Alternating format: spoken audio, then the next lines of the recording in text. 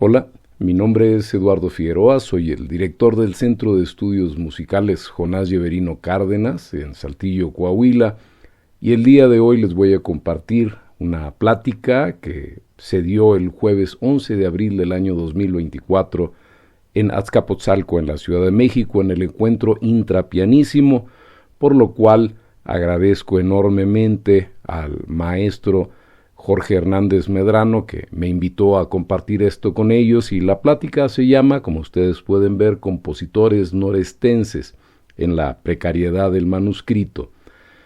¿Por qué se llama esto así? Pues bueno, hay una cosa que es muy importante y que debemos ver sobre esta cita sobre el libro Notas con Historia, en el capítulo 1.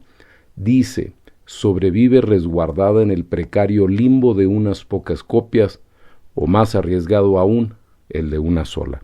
Y esta es la realidad que estamos viviendo con muchas de las partituras con las que trabajamos en los compositores del noreste.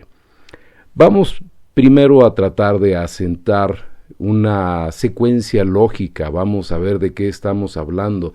Y este punto primero es los actores del momento, es decir, ¿de qué periodo histórico estamos hablando? Pues estamos hablando del Porfiriato.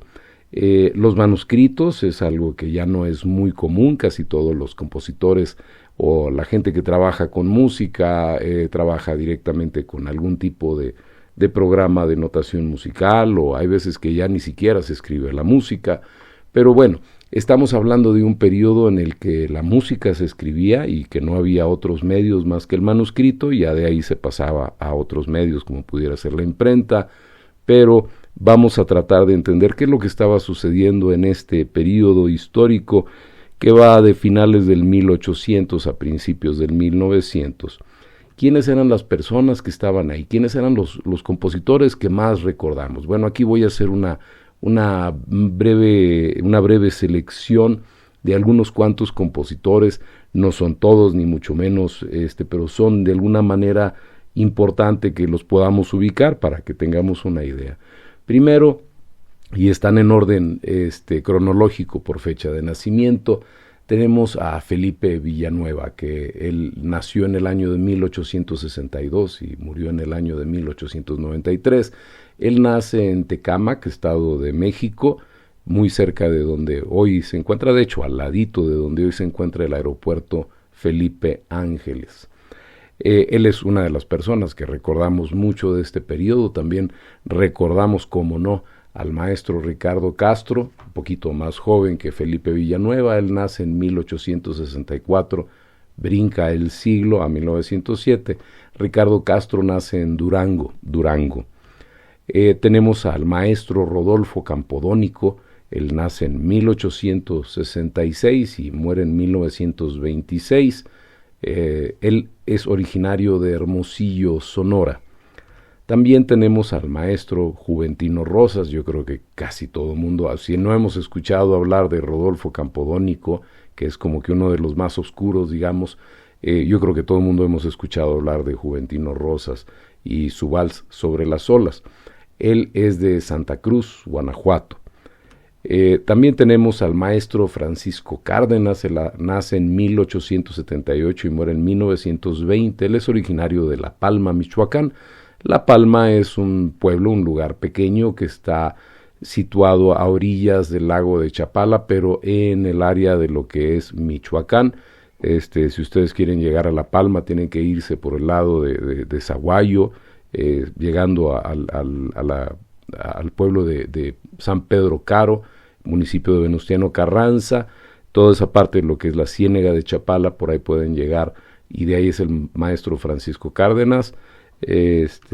Y vamos a cerrar esta pequeña selección con el maestro Melesio Morales. El maestro Melesio Morales nace en 1883 y muere en 1908. Él es originario de la Ciudad de México.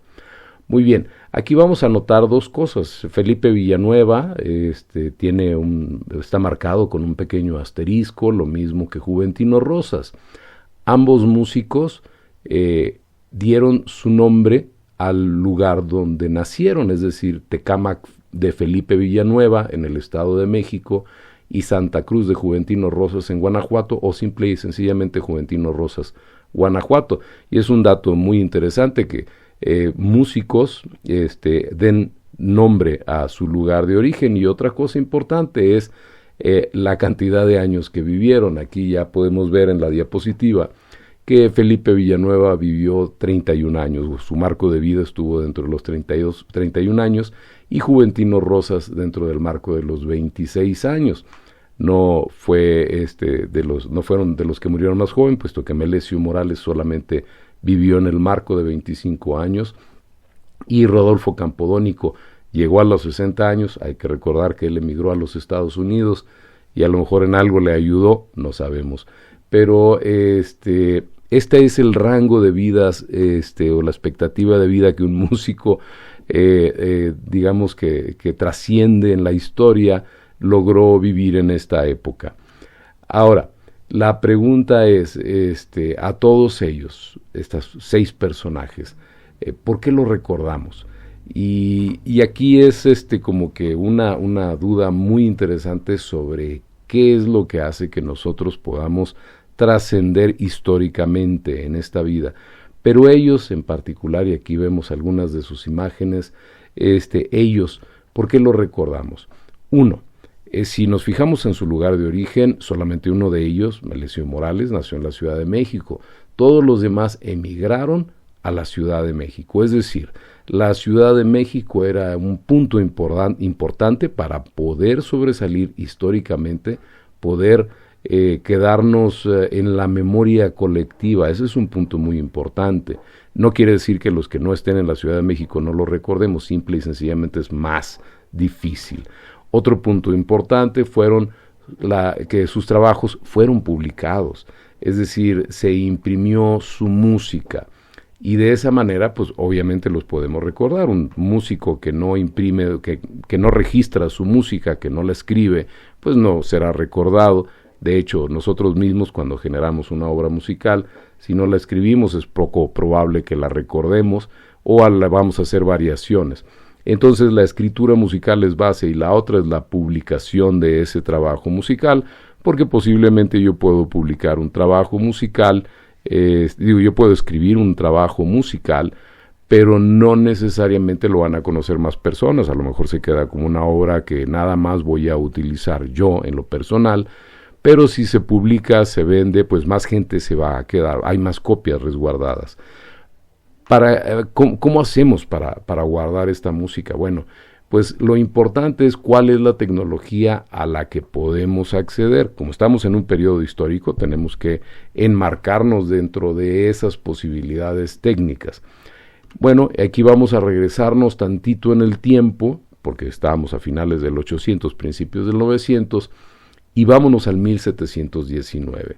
Y en 1719, un año importante, Bernhard Christoph Breitkopf se establece como impresor en Leipzig, Alemania, y de esa manera se empieza a imprimir la música. Recordemos que en aquel entonces, tal y como nos dice Javier de Diego Romero en su artículo Breitkopf und Hartel, 300 años de imprenta y edición musical, este artículo lo publicó en el año 2019, precisamente en el tricentenario, y ahí pueden ver la liga de internet que pueden seguir. Él nos habla de cómo este señor Bernhard Christoph se establece como impresor musical. Recordemos que esto no es nuevo. Recordemos que George Philipp Telemann ya tenía una imprenta musical y precisamente por eso lo recordamos como un compositor tan prolífico, porque imprimía sus obras, ¿verdad?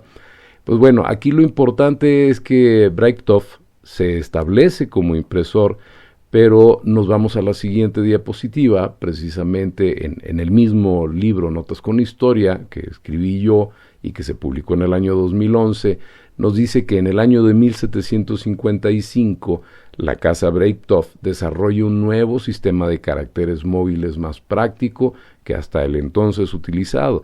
Y entonces se da un desarrollo hacia mediados del 1700, un desarrollo en la imprenta musical que obviamente cuando se llegue el momento de la revolución industrial, pues y se generen más instrumentos musicales, se fabriquen más instrumentos musicales con el desarrollo del piano y todos los demás sistemas inherentes a cada uno de los diferentes instrumentos, pues va a generar un boom que va a permitir que se publiquen más partituras.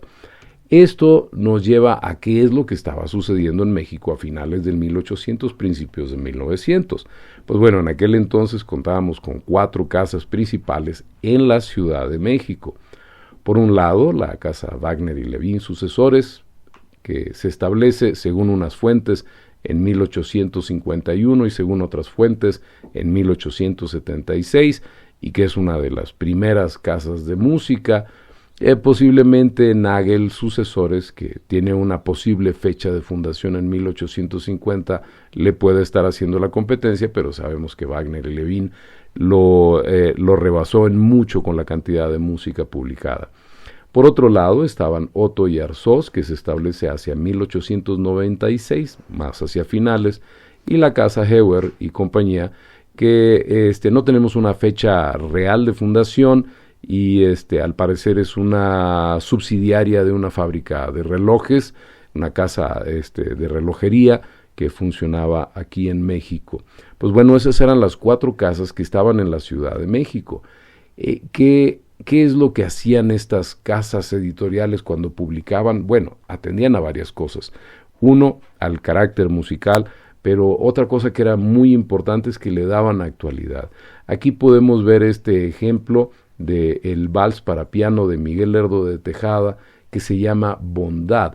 Y este vals en particular, que tiene una portada muy muy bella, dice: recuerdo del baile en honor de la señora Carmen Romero Rubio de Díaz, diciembre 15 de 1904. Pues bueno, de esta manera podemos recordar exactamente un momento, y la música que se estrenó ese día, el 15 de diciembre de 1904, gracias a la cercanía de la casa Wagner y Levin, podemos tenerla todavía hasta el día de hoy. ¿Sí? No se quedó en algo que se ejecutó una vez, sino que se resguardó en notación musical y se publicó y se vendió, y entonces la gente podía tener acceso a esta música. Tenemos otro ejemplo, por ejemplo, en esta polka corrido de Juan G. Evans, también publicada por Wagner y Levin, la cual tiene una litografía muy bella, colorida en la portada, que es el primer punto de venta. Y aquí notamos algo muy importante. Ahí en el recuadro se puede leer el nombre de Wagner y Levin sucesores México, segunda calle de San Francisco número 11, Puebla, Guadalajara, y luego abajo dice Leipzig Friedrich Hofmeister, perdonen la pronunciación en alemán, pero vemos que esta partitura no fue editada en México. Si bien la casa Wagner y Levin estaba ubicada en la Ciudad de México, lo mandaban a imprimir a Alemania, en este caso a Leipzig. Y recordemos que la casa Breithofen está en Leipzig, Alemania, que es donde se desarrolla el proceso de impresión musical. Entonces los editores mexicanos estaban mandando a imprimir allá la música en Alemania, y eso es un punto importante que tiene que ver con los derechos de autor internacional, que en otra plática que se dio en la Ciudad de México traté el año pasado, en el año 2023, y que más adelante podremos poner aquí en este mismo podcast. Pero por lo pronto ya notamos que tenemos por un lado de Miguel Lerdo de Tejada la actualidad rabiosa, diciembre 15 de 1904. Por otro lado, en Lances de capa de Juan G. Evans, tenemos este atractivo visual que representa la litografía colorida. Asimismo, podemos encontrar de Abundio Martínez el Vals Delirio de Amor. Esta está editada por Otto y Arzós, que estaban ubicados en la Ciudad de México, en la calle de Vergara número 12, y que fue vendido, por cierto, ahí tiene el sello, fue vendido en Monterrey, gran repertorio de música, Julio Joseph, que estaba en la calle del Comercio 8 y 5.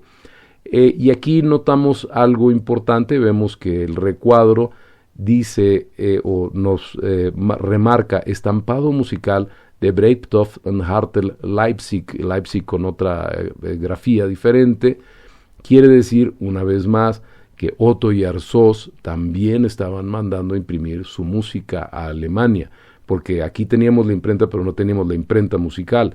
Y si nos fijamos, Wagner y Levin, Otto y Arsos, Heuer, todos ellos son apellidos alemanes. Entonces, ellos son los que tenían el contacto con las imprentas musicales allá en Alemania hacia finales del 800, principios de 1900. Por otro lado, tenemos el ejemplo de Melesio Morales con la obra La India Frutera, que es bien interesante. Son 8 obras musicales, una colección de 8 piezas, en las que Melesio Morales, como un protogenerador del nacionalismo, reaccionando a lo que estaba sucediendo internacionalmente, rescata detalles, en este caso de los pregones que se escuchaban en la Ciudad de México, y con eso crea estas pequeñas 8 obras musicales: polka, mazurka, chotis, vals, bolero y danza, en las que están hechas precisamente para los niños, para que los niños accedan a este tipo de música, y está tomado del canto de los fruteros, es decir, de los pregoneros. A mí me tocó como detalle particular, ahora que fui a la Ciudad de México a exponer esta plática, iba en el metro, me gusta viajar en el metro, y entonces yo estaba hospedado por la Alameda, tomo el metro, tengo que hacer un transborde para cambiar de línea, y en lo que sale uno del metro, en una época, en una hora en que había mucho tráfico, los pregoneros que están en el metro empiezan con su pregón, vendiendo aguas, vendiendo papitas, cargadores de celular, etcétera. En aquel entonces, en la época de Melesio Morales, pues eran naranjas, moras, guayabas, capulines, chabacanos, mameyes, plátanos, ciruelas. El día de hoy es diferente. Escuchamos los cantos de lleve sus aguas, 10 pesos, y entonces ya se empieza a escuchar ese canto. Esto es muy importante porque es un documento que nos revela más o menos cómo se vendían las cosas en aquel entonces en la Ciudad de México, y si nosotros vamos en la actualidad podemos oír cómo lo hacen todavía utilizando el mismo método del canto, en este caso con la obra de Melesio Morales, y que fue publicada por Wagner y Levin también, sucesores. Ahora, cuando estamos hablando de compositores del noreste, vamos a tener que tomar en cuenta un detalle: el factor distancia. Nosotros nos encontramos en el norte de la República, y eso hace que no estemos muy cercanos a estos 4 compañías editores mencionadas previamente. Vamos a tomar una pequeña reflexión. Dianela Alcaraz Herrera, en su publicación El viaje en el siglo XIX, La Grand Tour y el viaje pintoresco, ideas sobre el paisaje, publicado en el año 2019, ahí pueden ver la fuente de internet, nos comenta acerca de los viajes en aquella época. Dice: los viajeros extranjeros que llegaban a México en principio tenían que hacer una larga travesía en barco que duraba meses, solo para llegar a las costas veracruzanas. Y bueno, ahí hay un dato importante, porque un viajero venía de Europa, muy probablemente tenía que viajar quizás desde Francia a Inglaterra, de Inglaterra a Nueva York, de Nueva York a La Habana, Veracruz, y eso hacía que se perdiera mucho tiempo. Pero la nota que nos llama la atención y que trata de resaltar es que enseguida la maestra Dianela Alcaraz dice: de ahí pasaban otras cuantas semanas en carreta para atravesar sierras y valles hasta llegar a la Ciudad de México. La fotografía es una fotografía real, no es de aquí de México, es de Estados Unidos, pero podemos ver cómo viajaban en las diligencias. Imagínense, en este caso nos dice unas cuantas semanas para llegar de Veracruz a la Ciudad de México. Imagínense, de México al norte de la República. Pues bien, vamos a hacer un chequeo de distancias para poder tener bien claro qué es lo que estaba pasando. Tenemos, por ejemplo, si viajamos de México a Querétaro y tomando las distancias actuales en las carreteras actuales, son 217 kilómetros.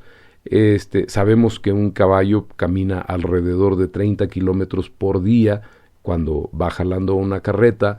Entonces vamos a limitar nuestros cálculos a 30 kilómetros por día por motivos del caballo. De esa manera, viajar de México a Querétaro nos va a tomar entre 7 y 8 días. Viajar de Querétaro a San Luis Potosí, que son 205 kilómetros, 7 a 8 días. De San Luis Potosí a Zacatecas, que es el tramo más cortito, 188 kilómetros, nos llevaría entre 6 y 7 días. De ahí de Zacatecas a Concepción del Oro, que es un tramo largo y por desierto, son 264 kilómetros, los cuales nos va a tomar entre 8 y 9 días. Y por último, de Concepción del Oro a Saltillo, son 121 kilómetros, también un tramo cortito, nos va a llevar de 4 a 5 días.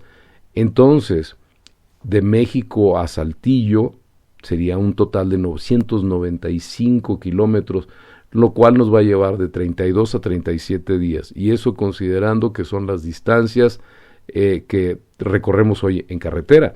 En aquel entonces, pues no, había veces que había que vadear un río, que se rompía una llanta, que había que darle la vuelta a un cerro, que no sé, se enfermó un animal o simple y sencillamente uno de los viajeros se enfermó, y entonces, pues bueno, imagínense viajar durante tanto tiempo.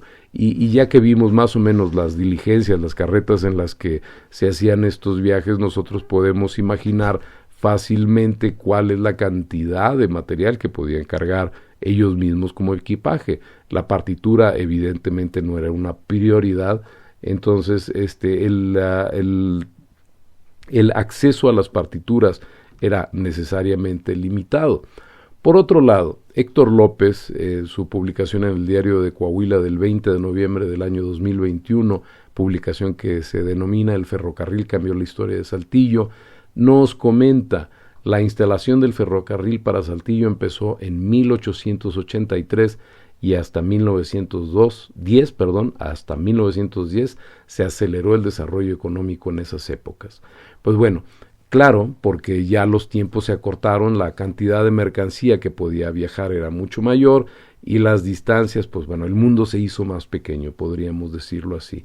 Entonces este momento histórico es importante, no solamente por la cuestión de la edición de partituras, sino porque tenemos acceso, porque podemos viajar y podemos generar mayor intercambio de ideas musicales. Ahora, ¿qué es lo que sucedía aquí en el norte para los compositores? ¿Cuáles eran las posibilidades? Si en México tenemos 4 editores musicales, ¿cuántos editores musicales tenemos en el noreste del país? En el noreste tenemos 3. En la ciudad de Durango, Alberto M. Alvarado, editor de música. En la ciudad de Monterrey, el almacén de pianos e instrumentos de música Julio Josep. Y en Ciudad Victoria, Tamaulipas, Modesto González y compañía. Son las 3 compañías editoras de música de las cuales tenemos algún recuerdo y a las cuales quizás pudieran acceder los compositores del noreste, y evidentemente algunos lo hicieron, especialmente Alberto Alvarado, que tenía su propia editorial musical. Ya estamos hablando de principios del 1900. Esta situación imperante con el traslado de las personas, de los bienes, las casas de música en México, el desarrollo de la imprenta musical, nos da una realidad norestense. Esta realidad la vamos a ver reflejada en los pocos manuscritos que quedan. Vamos a realizar una vista a ojo de pájaro de 28 obras musicales encontradas en manuscritos, todo estos fechados entre el año de 1890 y el año de 1936. No quiere decir que no haya más, sí hay muchas más, pero nos vamos a limitar a esta selección de obras que pertenecen a mi colección personal, y que las tengo ya sea en copias digitalizadas, en fotocopia, y las podemos analizar un poquito. Y lo primero que tenemos que ver cuando vamos a hacer una selección es, bueno, ¿a qué me estoy refiriendo? En este caso, el concepto 1890-1936 nos habla que es un momento histórico fuera de la música importante, la creación del psicoanálisis y la creación del Politécnico, es decir, Sigmund Freud creó el psicoanálisis o el concepto del psicoanálisis, sale en el año de 1890, quiere decir que no estamos tan atrás en este concepto del psicoanálisis, y en 1936 es la creación del Instituto Politécnico Nacional. Entonces estamos enmarcados por esos dos factores, digamos, de la ciencia o del conocimiento humano. Por otro lado, podríamos ver lo de Porfirio Díaz a Lázaro Cárdenas. Son 18 presidentes que sucedieron. Porfirio Díaz, que vivió periodos completos, varios periodos completos, y de ahí siguieron una serie de presidentes en México que no cumplieron periodos completos. Algunos estuvieron un año, algunos estuvieron unos meses, algunos estuvieron como que nada más de paso, algunos fueron destituidos, otros terminaron sus periodos temporales y otros fueron asesinados, pero en el año 1936 estamos ya en el periodo en que se encuentra Lázaro Cárdenas, que por cierto no sabemos si sea pariente de este otro compositor de La Palma, porque Lázaro Cárdenas era de Jiquilpan, Michoacán, muy cercano a La Palma. Estamos hablando de que hay aproximadamente unos 15 kilómetros entre Jiquilpan y La Palma, ¿verdad? No sabemos si están de alguna manera relacionados. Pero bueno, decía, Porfirio Díaz vivió periodos completos y Lázaro Cárdenas tuvo un periodo completo de presidencia, todos los demás se vieron truncados. Y así podemos irnos a diferentes áreas del hacer humano para poder entender ese periodo histórico, qué es lo que sucedió en este compendio de años. Pues bueno, de estas 28 obras que vamos a ver a ojo de pájaro, encontramos que son de 22 diferentes autores.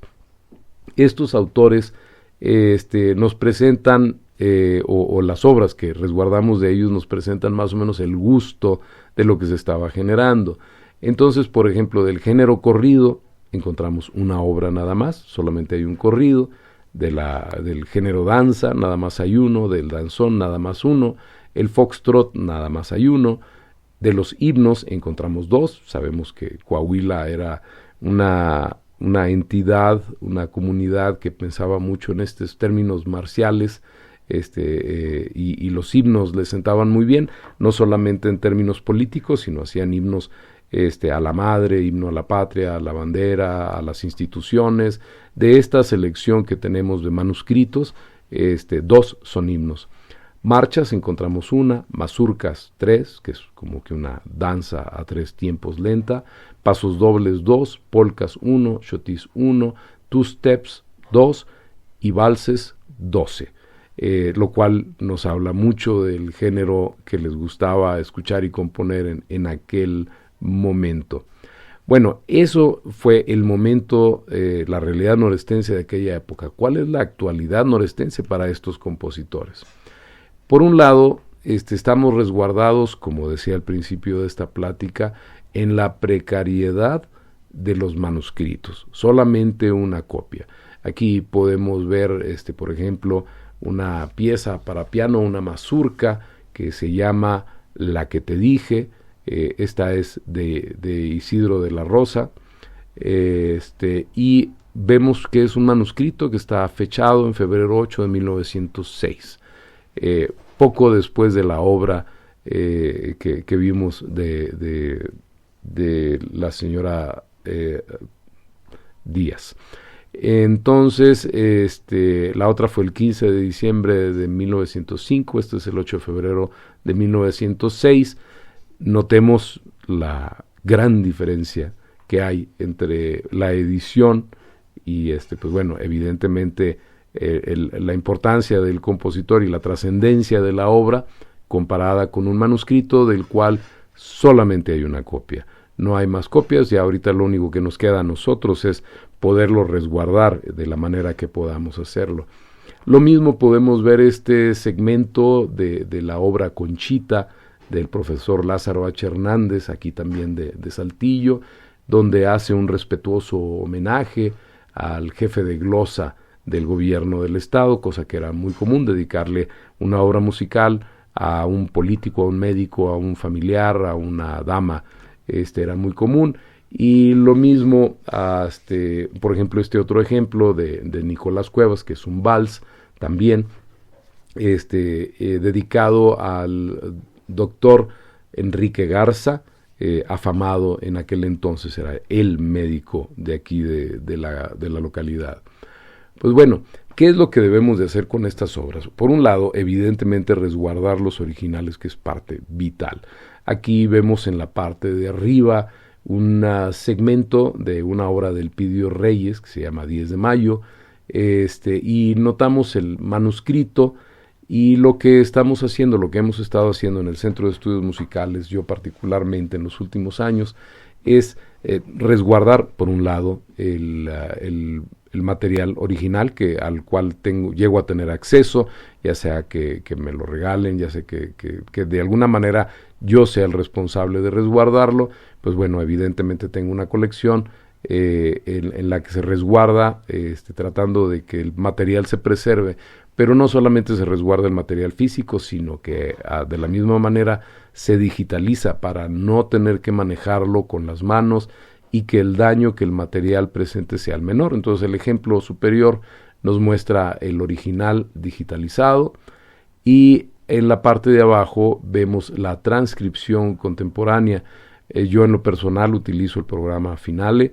Me resulta cómodo para hacer este tipo de trabajos, pero se puede utilizar cualquier tipo de programa de notación musical por computadora, Sibelius, Finale, Lily Pond, MuseScore o cualquier otro que sea de la preferencia, y tratamos de resguardarlo con la mayor asertividad posible, tratando de no equivocar las notas, revisando y para esto la música digitalizada, el archivo digitalizado nos ayuda porque si lo digitalizamos con una buena calidad podemos hacer acercamientos muy fuertes y tratar de decidir exactamente cuál es la nota que escribió, porque hay algunas veces que está pues como que le tiembla la mano, yo creo, al compositor, o o trae prisa y lo escribe y de repente es un manchón que no sabe uno si está exactamente en el espacio o en la línea, está demasiado grande la bolita, la cabeza de la nota.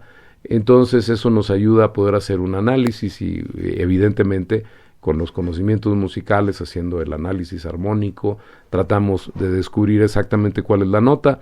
Hay veces que se presenta una nota que suena bien, porque de repente hacían acordes muy arriesgados, muy que tendían a generar así como que inquietud. Entonces de repente puede ser que suenen bien con una nota o con la otra de las notas, y entonces tenemos que buscar repeticiones o cosas por el estilo, donde podamos nosotros distinguir exactamente cuál es la nota que quería escribir el compositor. Pues bueno, aquí lo que estamos haciendo en el Centro de Estudios Musicales, el trabajo que estoy haciendo es transcripción. Primer punto es digitalizar. Segundo punto, transcribir. Una vez que lo tenemos transcrito el material tal y como lo dejó el compositor, lo que hago es generar una partitura para orquesta, hacer un arreglo orquestal o una transcripción orquestal. ¿Por qué? Porque en el Centro de Estudios Musicales tenemos una orquesta, tenemos un programa orquestal, aparte de tener un programa pianístico. Entonces nos interesa que la mayor cantidad de alumnos puedan tener acceso a este material, que lo toquen, que lo conozcan, que conozcan su pasado. Entonces, en lugar de hacer a un pianista que lo toque, pues generamos toda la obra orquestal y con esto presentamos conciertos, evidentemente. Ahora, no solamente el material manuscrito, últimamente también hemos rescatado algo de la música impresa, por ejemplo, de Evelino M. Presa, uno de los músicos pues más importantes del Porfiriato, casi podríamos decir que el compositor de cabecera de Porfirio Díaz, el Susa mexicano, que dicen, hay anécdotas de que se ponían a competir en los viajes que hacía Evelino allá a Estados Unidos con John Philip Sousa, para ver quién componía las marchas más bellas. Pues bueno, aquí vemos una obra muy olvidada de Evelino M. Presa por el título. La obra se llama Viva Porfirio Díaz, está dedicado al señor general don Porfirio Díaz, presidente de la República Mexicana. Fue editada por Wagner y Levin. Esta obra es una obra bella, no es muy tocada precisamente porque exalta la figura de Porfirio Díaz, aunque musicalmente simplemente es una marcha muy bien escrita, por cierto. Belino M. Presa era originario de Durango, fue el director de la banda de la policía, de la célebre banda de policía de la Ciudad de México, en la época en que Félix Díaz estuvo encargado de la policía y Porfirio Díaz, tío de Félix Díaz, estuvo de presidente de la República. Belino pues era el que componía las marchas que se necesitaban, dirigía las obras. En aquel entonces había varias bandas en la Ciudad de México, básicamente había 4 conciertos de banda por semana, entre las diferentes bandas, entonces se escuchaba mucho. Esta impresión musical, que por cierto me fue regalada por la maestra Mónica hace aproximadamente 1 año y medio, me la regalaron dentro de una colección, y yo quedé muy formalmente con la maestra de que la íbamos a tocar. 1, porque Belino es norestense.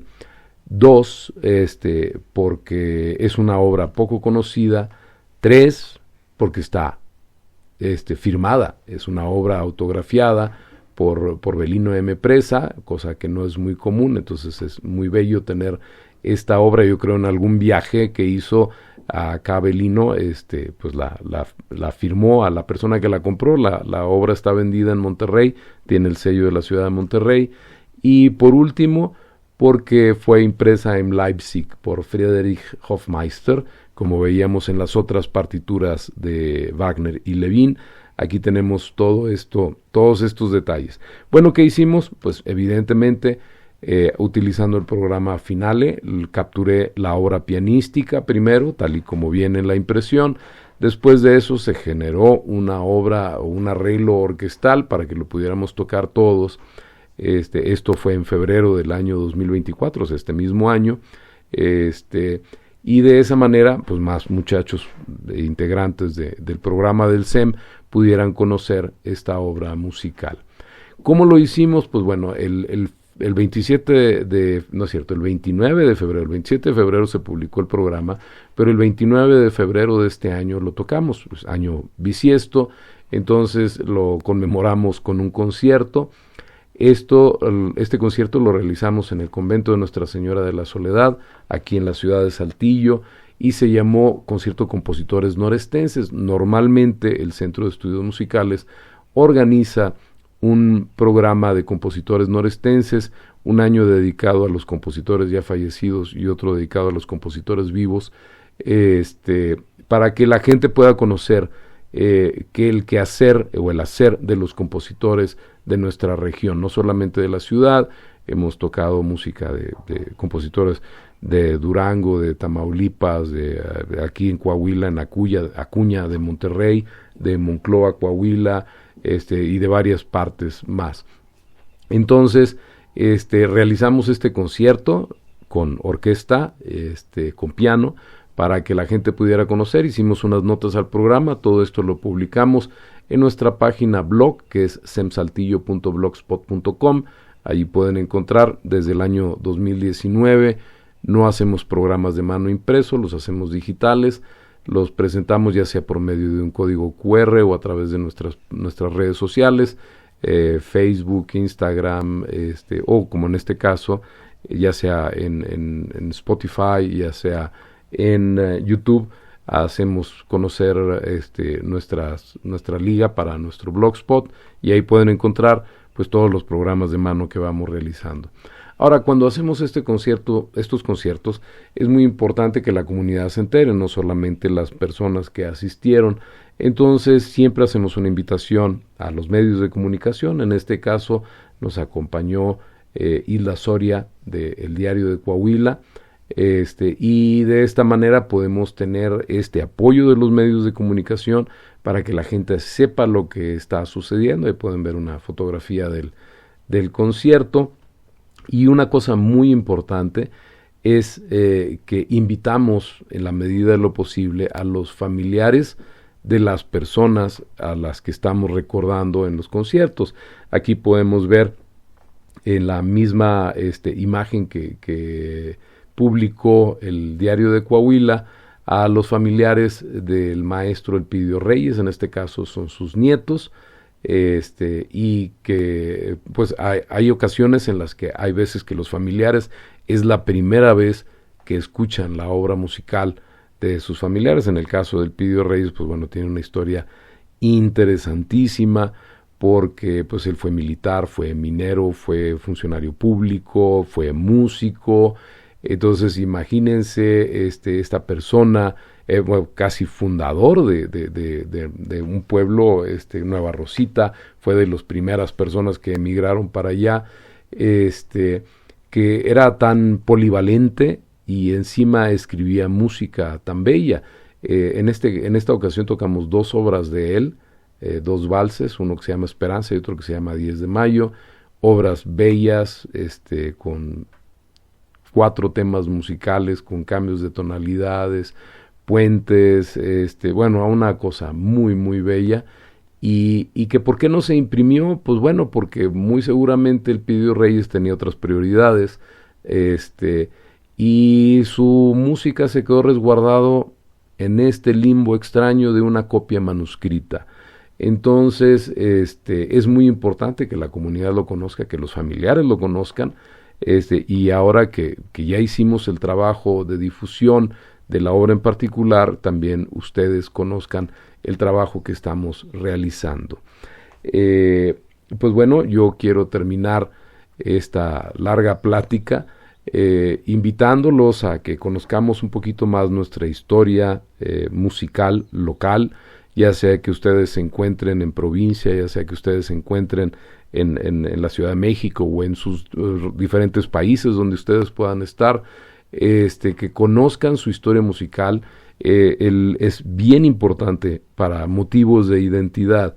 Los conciertos y las funciones educativas musicales, recordemos, tienen que ver con la textura de la ciudadanía, con el tejido social.